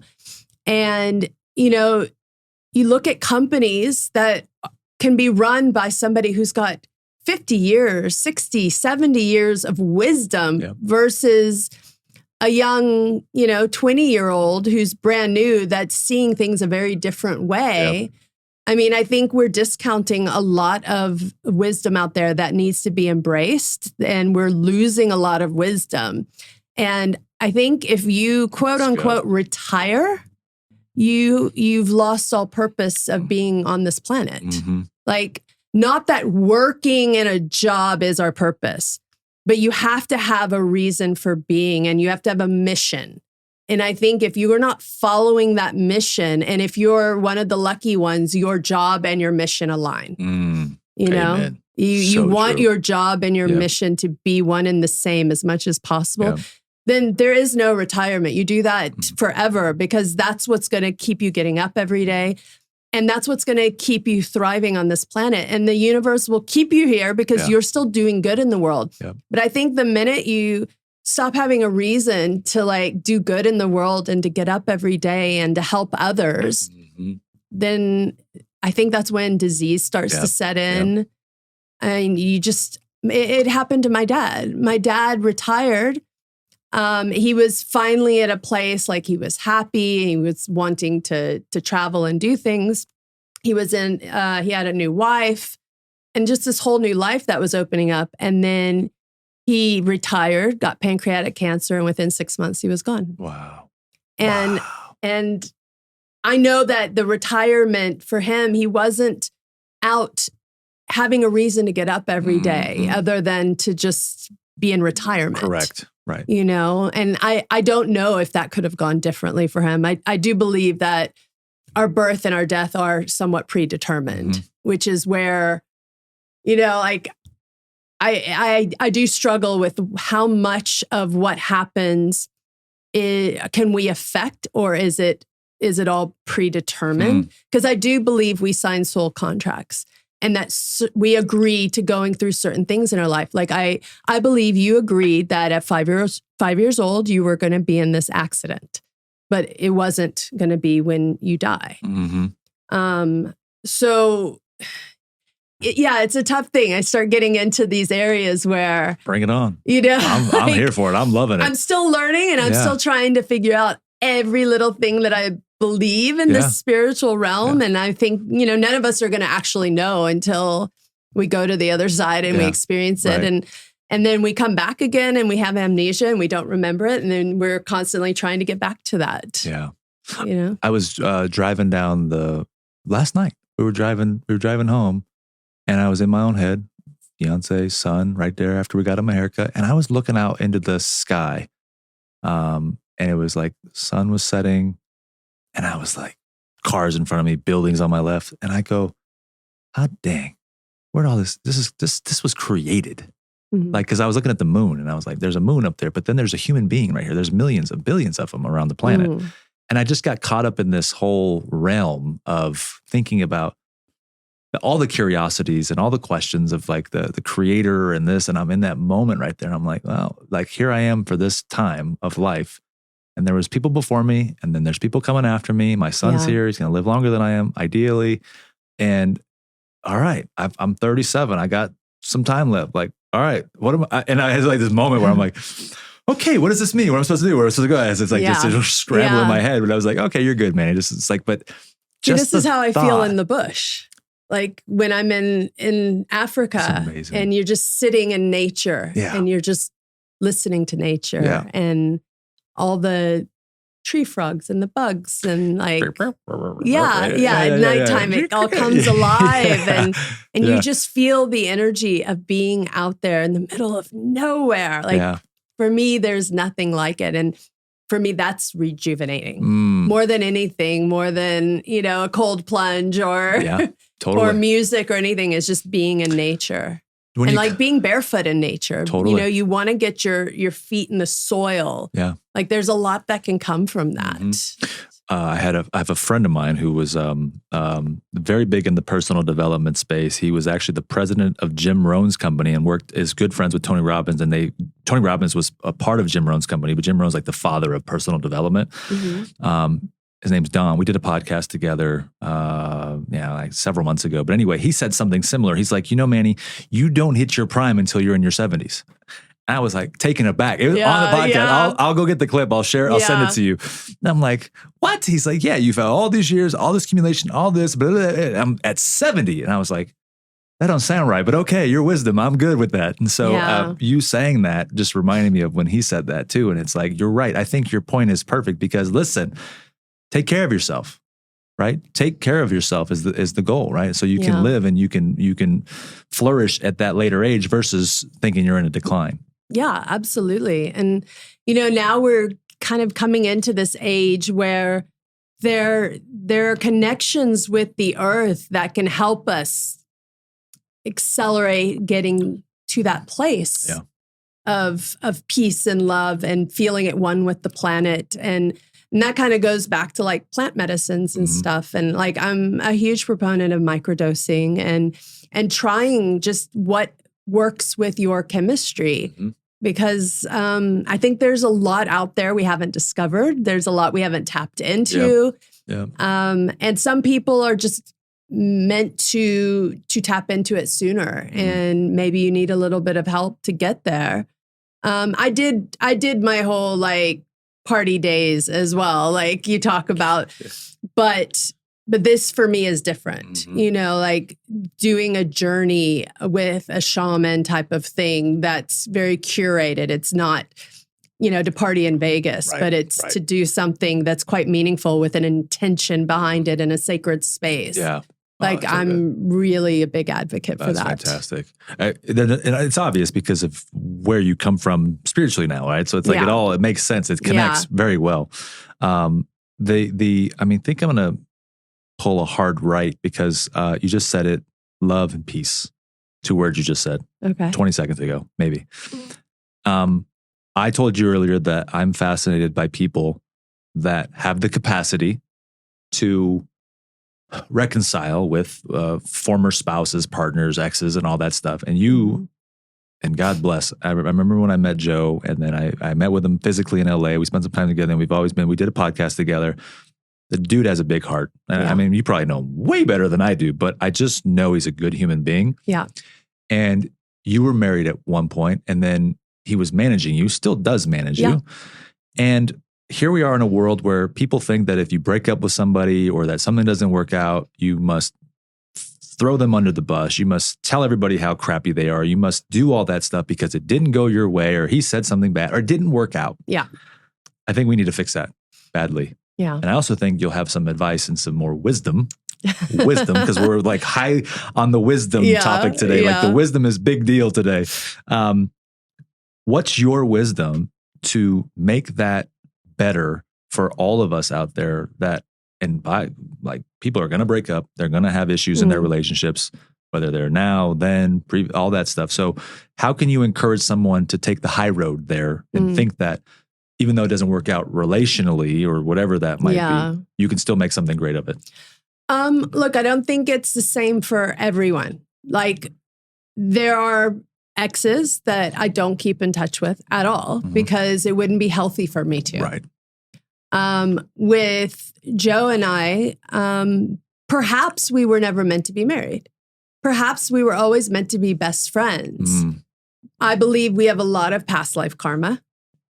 I think when you love someone and you take care of each other and you're there for each other, just because that doesn't work out doesn't mean that love is gone, and it doesn't mean that they're a bad person. And Joe and I went through some really hard times, but I think because we do have that past life karma, we were always best friends. You know, even in a relationship, we were best friends. Right. And it was really important for me to get back to that. And I mean, we just get along very well. That's awesome. And he gets along, I'm married again, and he gets along with my husband very well. Which is a big part of it, right? Yeah. So I'm glad you opened that up. And, you know, if you have more to say, please keep going there. But there's that part then where it's like, hey, you find a new partner or enters new partner into life. Yeah. And you're like, oh, by the way, I'm still great friends with my ex-husband. Oh, by the way, he's still part of my business. Yeah. How do you do that? Like, what's that conversation? And, you know, obviously you found a great guy because he's like, no, I get it. Like, he's probably spiritually there. He's developed wisdom. Yeah. Right? I think in the beginning, it was probably harder for him, but because he and I are now in a place that we're very solid in our relationship, and he's seen my relationship with Joe, and he's got his own relationship with Joe. That's awesome. That, you know, we don't react in a jealous way when just because the other person is talking to somebody of the opposite sex. He trusts me, I trust him. Yeah. And I think it all comes down to trust. Yeah. Ooh. And for him, you know, there are certain things that I know are very important for him. And being very, very monogamous and loyal and trustworthy are very big things for him. And so I think knowing that, I go out of my way to make sure that he feels that from me. Amazing. Yep. So if my relationship with Joe made him uncomfortable in any way, we address that. And if it can't be resolved, then it's my current relationship that's important to me. Luckily, I picked very good guys that could be okay with them both being in my life. And, you know, one being a friend and manager and somebody that I trusted to help me with my career when we were together. So I trust him to help me with my career when we're not. And then, you know, he has his own relationships, and I talk to him about girls that he's with, and is he happy, and just being there as a friend. And I think it's really important when that love is there, it doesn't just stop because the relationship doesn't work. Yeah. Yeah, that's a great answer. And it makes me think about, you know, you said that there's some that you don't have that relationship with, which is fair. Yeah. And I think the attitude needs to be, I don't hate him. I don't want to bat him. I don't want to bad mouth him, or, you know, like, and what I find that is like, what happens is like I said to you earlier with the kids get in the way, and it's like, there's a problem because now you have a kid. Well, it's like, now you have to do something for the kid. I'm curious, and we'll I mean, we're not close. We'll wind this down a little bit, not fully yet. You don't have kids. I think I heard you don't ever want to have kids. I think I'm beyond having kids. Fair enough, right? I don't think it's even an option. Yep. Well, I have heard some stories about other people having kids. Recently, I just had a conversation with somebody that had kids after their 50s, and I was like, 60, okay, great, fair enough. Do your thing. Yeah. If you were, maybe you can transport here. Okay. And if you were to have kids, how would you communicate with them, or how would you raise them? Like, what would be your philosophy there, right? About what though? In what realm? Because I think raising kids today is very difficult. So this is it. So this is the answer, right? Let's just go ahead. I was going to stand back. I can't imagine bringing a child into this world today with all of the things going on and the issues and school shootings and social media and bullying. And like, there's so much happening. I was always of the mindset, if I wanted a child, I would adopt, because there's so many kids that need homes, that need loving homes, that I could help a child that's already out there. I was never that person that's like, well, it needs to be my blood and my body and my DNA. And, you know, like I started my dog and cat rescue right after I did American Pie, because I'm all about like helping the underdog, helping those less fortunate, helping those in need. And I always kind of felt that animals were my mission, but that I realized that extended to people too. Like I would adopt before I'd bring a child into the world. Because, I mean, in a sense, having a child, some people probably criticize me for this, but having a child, it's a very selfish thing. Because you have a child, because you want the child, you want your DNA, you want this person to carry on.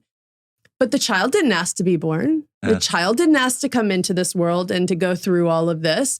So now the child's going through all these issues, but they didn't ask for this. It's a fascinating point of view. It's a very different way of looking at it, I guess. But luckily, my husband now also didn't want kids. So that was never really an issue. Yeah. And you can find, that other, and again, some people say that the reason for living is the kid. And I'm taken aback by your answer there in a good way. Because it made me. I don't mean it in an offensive way at all. I know you don't. Okay. I know you don't. So I hope nobody takes offense to that. They will, but that's their problem. They will, but yeah. Because I'm like, dang it. And I'm being honest here. Part of my reason for having a child was because I'm the last Vargas in my family. So you wanted your DNA to live on. Damn right. I'm like, we need to keep this family tree going, right? Like there needs to be another Vargas. And good fortune we had a boy. Now, then I think about the other parts of it where it's like, well, the culture tells you have to raise a family. You got a family this and there's that, you meet a partner that has the same value there or you share this. And so then maybe one is like sort of there, but then this one's all there. And so this one comes up and meets them all there. And you're like, I guess we got to have a family. And there's that argument that could be made, Shannon, that it's also the way we were created, right? There's a possibility there, right? Yeah. So it's like, but to your point is, it's fascinating that you have that angle, which goes back to what makes us all unique as the human being. It's like, that's the option we have. It's like, we get to choose. Well, and we all have a reason for being. And some people, part of their life journey is to have kids. There are people need to recreate people. Like we need to procreate. Yeah, right. But it's not for everybody. And I think that there's so many things that I would think about, like, if I had a child, would I get unvaccinated? I was always against vaccinations, like the general, not even way before COVID, right. There's all these things and all these decisions. And I'm like, I'm going to mess a child up. I was just so like, I will mess them up. I know, like, I won't do this well. And I don't want to bring somebody in and then like say the wrong thing that stays with them forever. I don't even remember I said it, but it like molded them in a way that I'm like, I messed you up. Like, I don't want to mess you up. I love your transparency. That's comical right there. Funnier than hell. But that's how I always felt. Yeah. Like, I'm not going to do it right. I'm not going to make the right decisions. And I think back to like things that my parents said, and I would say something to them now about it, and they'd be like, I never said that. I'm like, yes, you did. And it affected me in this way, and this way, and this way. And I'm like, okay. Interesting. And maybe this is not my purpose. Yeah. and also, I never felt like, when you have a child, you kind of give your life up for your child. Like, you have to be there for your child. You sure do. It's very hard to have a career and be there fully for that child. And I selfishly wanted to stick with my mission and my career and what I was here to do and not start focusing on another little human. Now, with that said, if a little human ever came to me, like I have a godchild. Right. If a little human ever came to me and the universe said, you are meant to be the mother of this child, I would absolutely do it. Right. But there was just never the path that I wanted to choose myself because I wanted to stay focused on my mission. Yeah. But that's just me. That is great. But it's not everybody. No, I love that. And I think you were clear on it and you knew what you wanted and the man upstairs gave you what you wanted. And it was like, because you knew what you wanted, you were like, hey, this is better for me. I'm going to go on this path. And I think a lot about that too. It's without making this like an explicit show. I think about all the women I dated and all of the different opportunities I had to have kids, right? Like you're out there playing around. Golly, I have Vegas. Like, I'm surprised I don't have 100 of them, running around like crazy, right? You might. Thankfully, don't go there now. But I got blessed with this one with a beautiful soul and spirit, full of love, full of a great family. And it's like an honor and a privilege to have her as the mother of my son. Yeah. And she does that role and allows me to focus on my thing. And it's like, it's beautiful. It's like, I could have had it otherwise and it would have messed things up. Yeah. But it's like, damn, man, you've been looking out for me really well up there. Like, I appreciate you. You know, it's a beautiful thing. So, well, like, I think that just like with charities, and it's a weird transition, but like with charities, people say, well, why help animals when you could be doing things for cancer or children or all these other things? And I think that everybody has a reason for being here. And if we all stick to what our mission is, everything gets covered. And I think it's the same with having kids. Yeah. Not everybody's meant to have kids. Right. But people know when they are meant to have kids, if they are getting that calling to be a mom or a dad. And so I'm not saying that they shouldn't do it. It just wasn't for me. Yeah. It just wasn't what I wanted. So I think if we all stick to where we feel like our mission on the planet is, and for some people their mission is to be a mom. Yeah. Because if they're a mom to an amazing little girl or boy that is maybe growing up to become something great in this world, to make change, to be, the next whatever that's a legend for the work they've done for the planet. I mean, you have to be part of that journey and you are part of the bigger picture. And that child had to be born somehow to get to that mission. So no, you have a very I love it. I love your vantage point. And I'm one of those guys that's like, hey man, you got your thing, go do it. Like this is my thing, you do your thing, we do our thing together, let's crush it type of thing, right? That's a great space. And I really support the fact that you know it and you're committed to it and you follow through on it. And that's what matters to you. And you're not waffling on that, right? Speaking of charity, obviously your heart and soul is in all things animal rights nowadays, right? And you obviously are still working, and I'll bring that up here as we wrap up shortly. But your zest to go out and save wildlife is at the core of what you do at the moment, right? And it's what is, it's like top of mind. I think I watched something that you did, and when I saw you start talking about it, you lit up like a Christmas tree. I was like, damn, that's what she likes to really talk about. And then I heard about this big feller named Manu. Can I say it right, ladies and gentlemen? Munu. Otherwise, she's going to get me for it. Munu. Yes. What a joy that is for you. And what about all of what you do there makes it so intrinsically joyful for you? Well, look, I started out with, my charity started in 2001 as Animal Avengers, dog and cat rescue out of LA. It's a great name, by the way. And after running it for over 10 years, I just realized I wanted to help more animals on a bigger scale and felt like, what could I be doing more with this platform to help in a bigger way? I remember seeing people like Angelina Jolie, going and speaking at the UN and making a difference that way and kind of being inspired by things like that, going, okay, just having that platform and that voice is making a big difference. So it's not just the individual on the ground. So saving one dog at a time type of a thing. And I just kind of felt like I was supposed to be doing more. Went on this journey of discovery, moved to New York, was watching a lot of social media and just started following a lot of conservation organizations. Something was leading me to South Africa and conservation. And eventually I looked back on my life, and for like the past 5 years, so many people from South Africa were coming into my life. South Africans that lived in New York, or friends that I was making like through the airways that were living in South Africa. There was just all this South Africa. And then there was this ivory and rhino horn crush in Times Square. And I got invited to that and met all these conservationists and a lot of people from South Africa.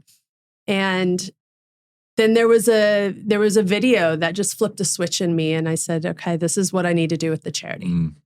and just started following and making things happen and following the breadcrumbs to South Africa and trying to figure out, what am I meant to be doing? There's something here I'm meant to be doing, something with my platform, something with the charity.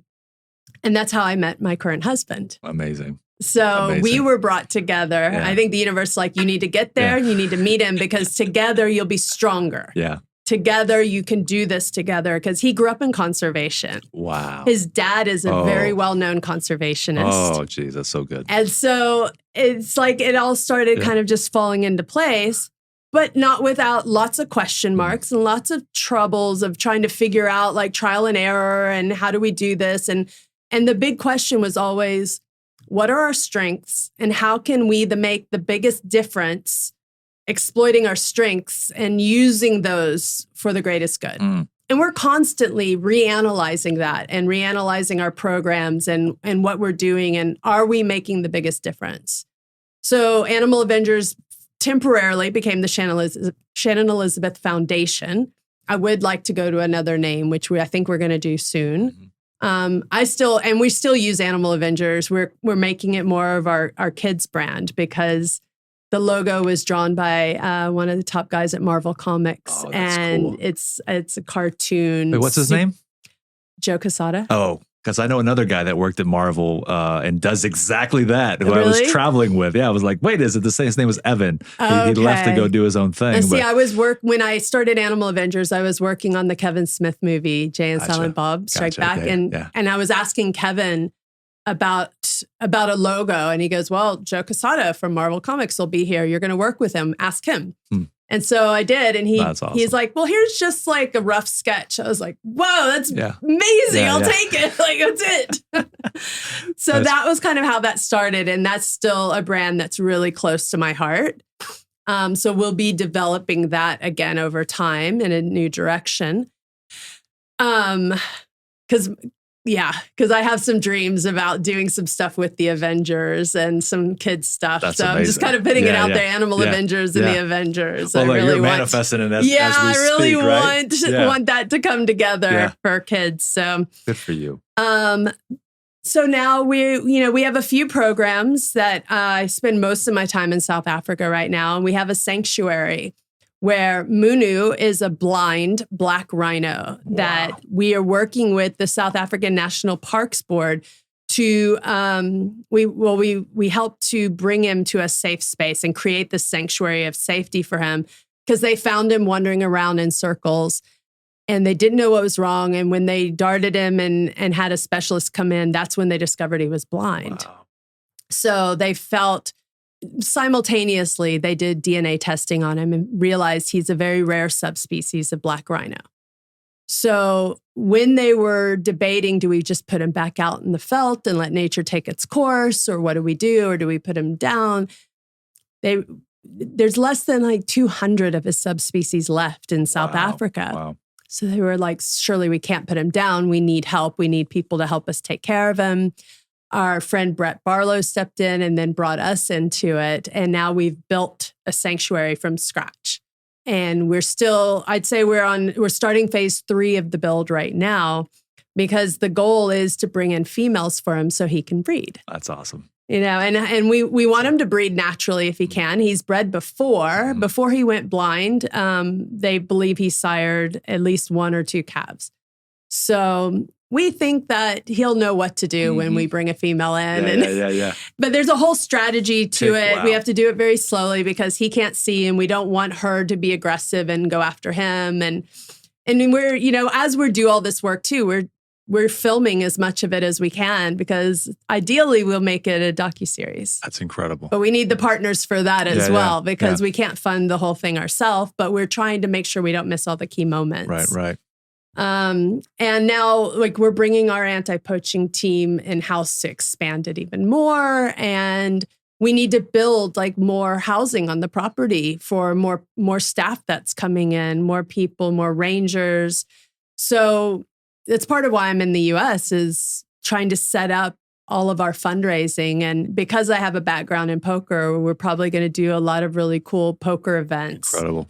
for our fundraising and just spreading the word on like some of the work that we're doing. But it's happening no matter what. So we have to get the funding for it. The sanctuary has to grow. We have to expand our solar because we're completely off grid there.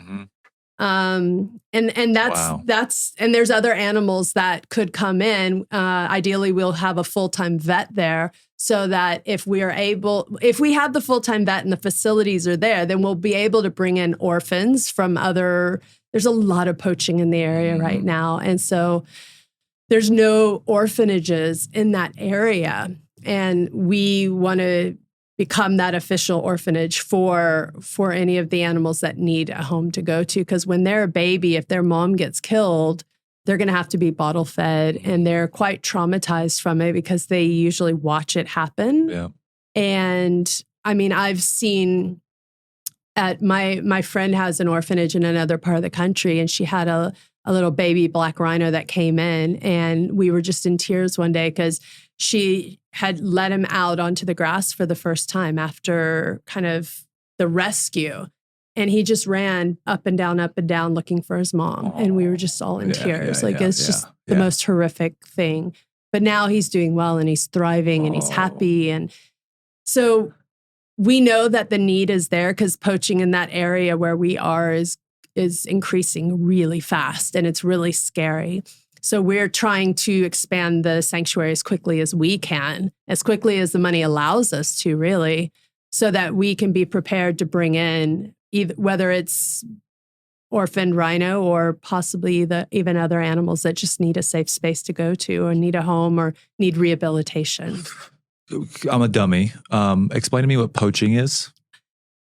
So rhino horn, literally there's two horns on most rhinos. Some have one, but where we are, 2 horns, black and white rhinos. And those horns on the black market go for more than gold, heroin. Wow. I mean, it's part of it. It's part of the illegal wildlife trade. Got it. So quite often what happens is there are syndicates. These syndicates that are ultimately behind the poaching are the same people that are behind human trafficking, drugs, arms. So you hear about it's a fight against like Boko evil. Haram. I don't know if you've heard of. Do you remember there was a thing in Africa a number of years back with a bunch of schoolgirls that were taken hostage, kidnapped? It's not. There's terrorist. So it's like terrorist groups. Right.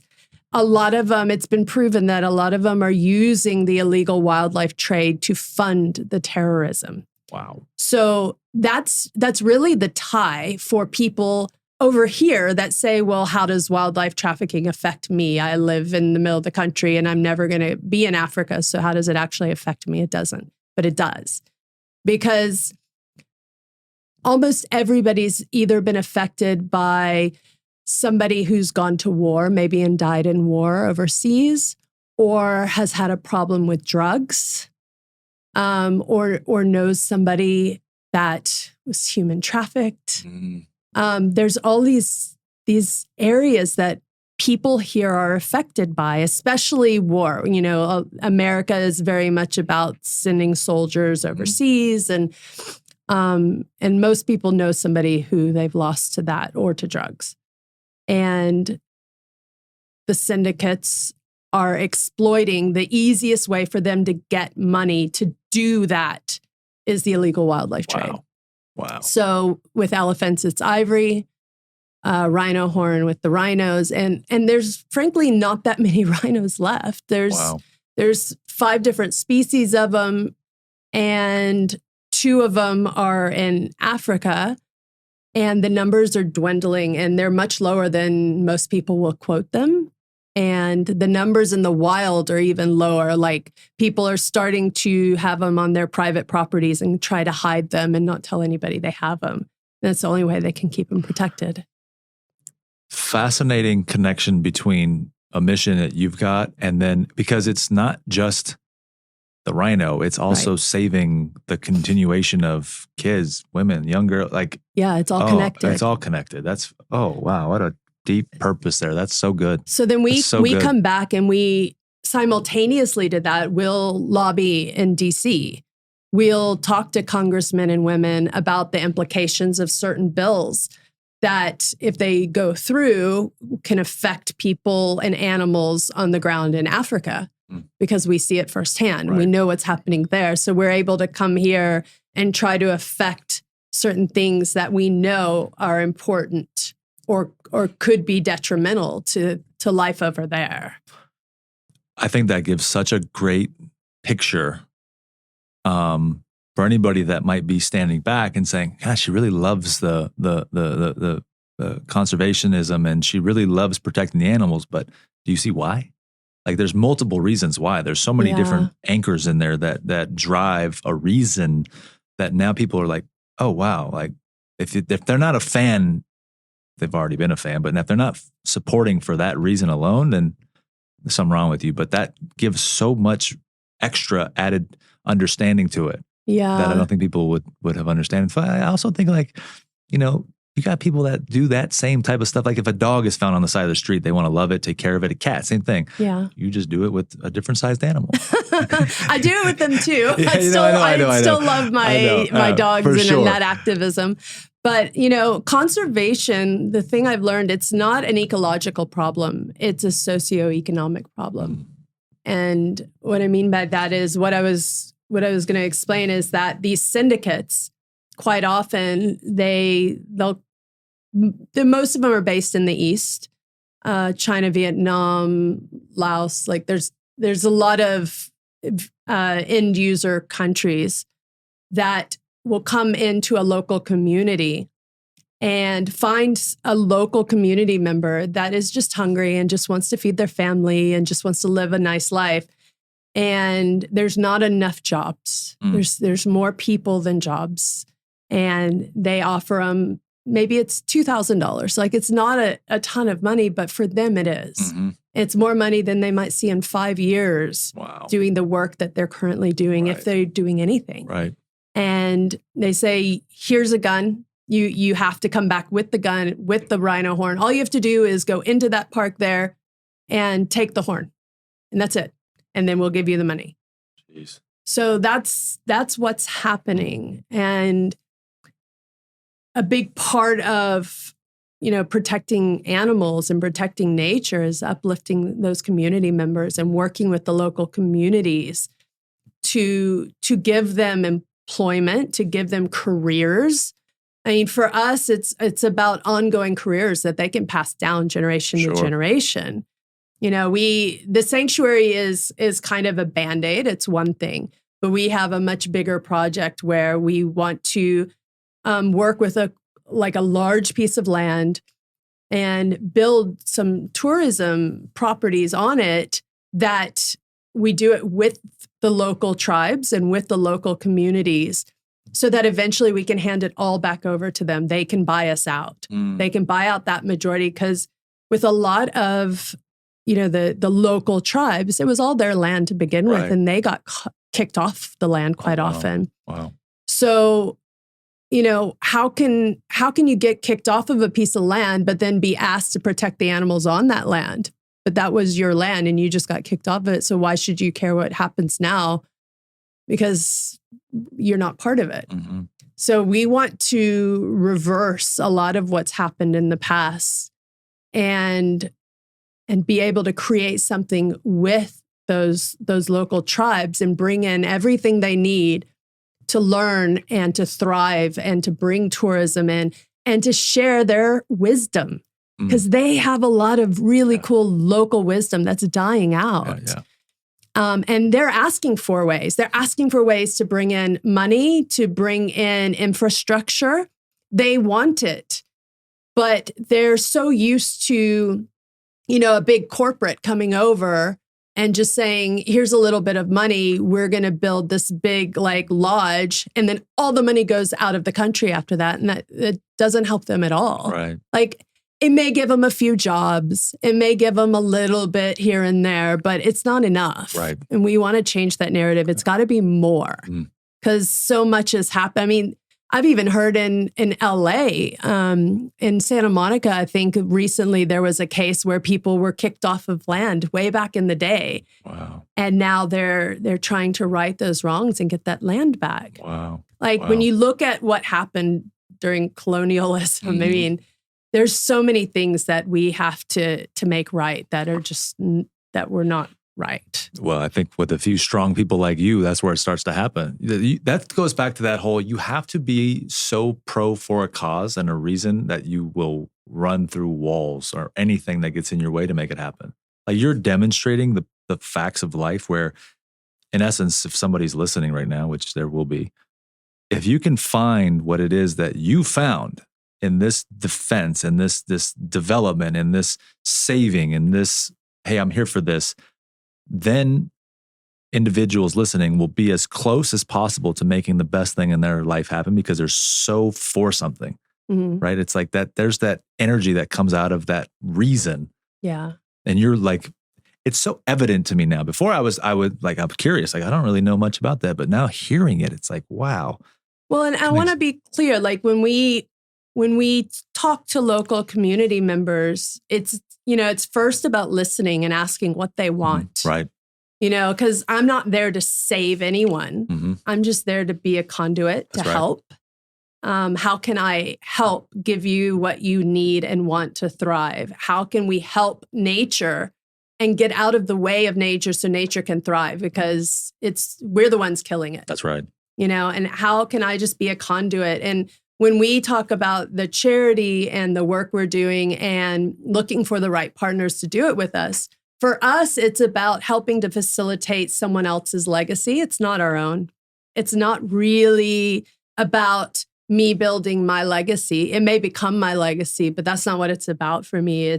We're there on the ground because we want to be and we love it. And it's where we're happy. And there are people in other parts of the world that are like, look, I want to fund things like that, but I can't be there every day. And it's not what I do. I don't want to be on the ground.